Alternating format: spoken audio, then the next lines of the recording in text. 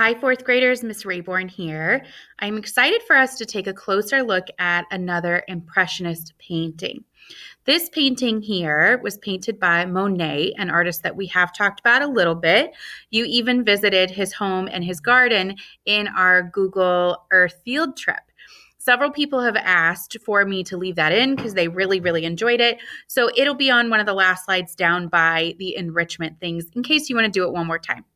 Okay, so this particular painting is of a certain day, an exact moment in time, June 30th, which in France is like Independence Day. So think of it like the 4th of July in the United States, okay?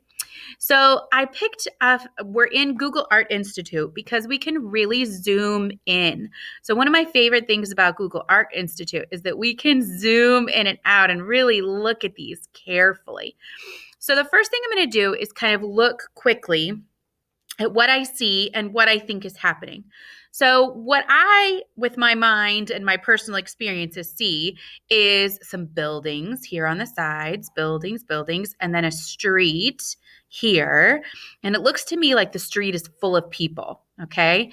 Now, the reason my brain decides that is because I've had personal experiences where I have seen a crowded street of people, right? Where I've seen big, tall buildings and a crowded street. And it's making those connections because obviously this does not look like a photo of that building, right?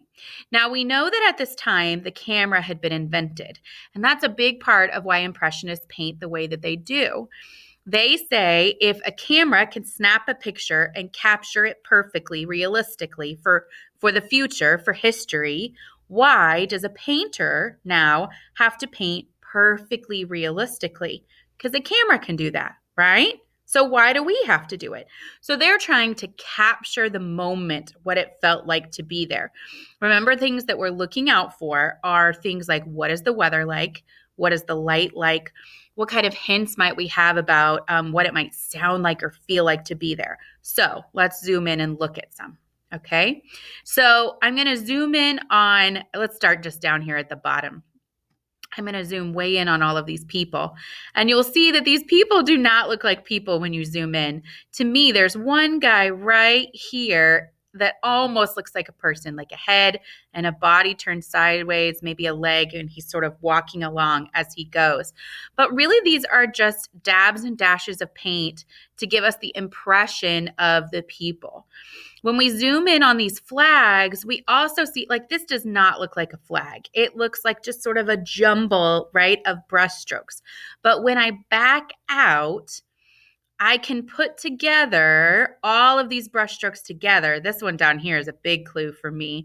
A blue stripe, a white stripe, a red stripe. My brain connects to, I've seen the French flag before. That's what that looks like. And then I've also seen a flag sort of waving, really whipping in the wind.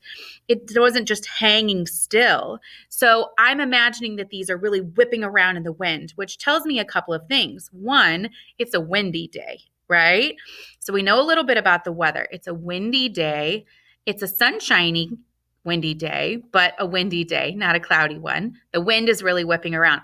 So I can imagine what the weather is like. I can also imagine what it might sound like to be there, because I might imagine hearing those whipping flags in the wind. I also can imagine this many people on the street is not quiet.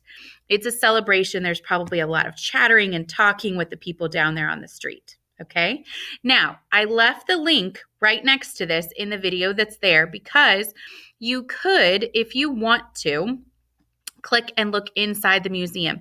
If you click this view and street view, it will open up inside the d'Orsay, which is where this painting is, and you can look around at some of the other Impressionist paintings in that spot, including, I'm going to click right here and turn it around, a very famous painting that we talked about last week.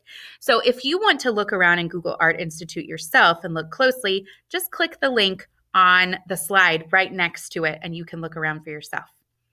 Talk to you soon. Bye.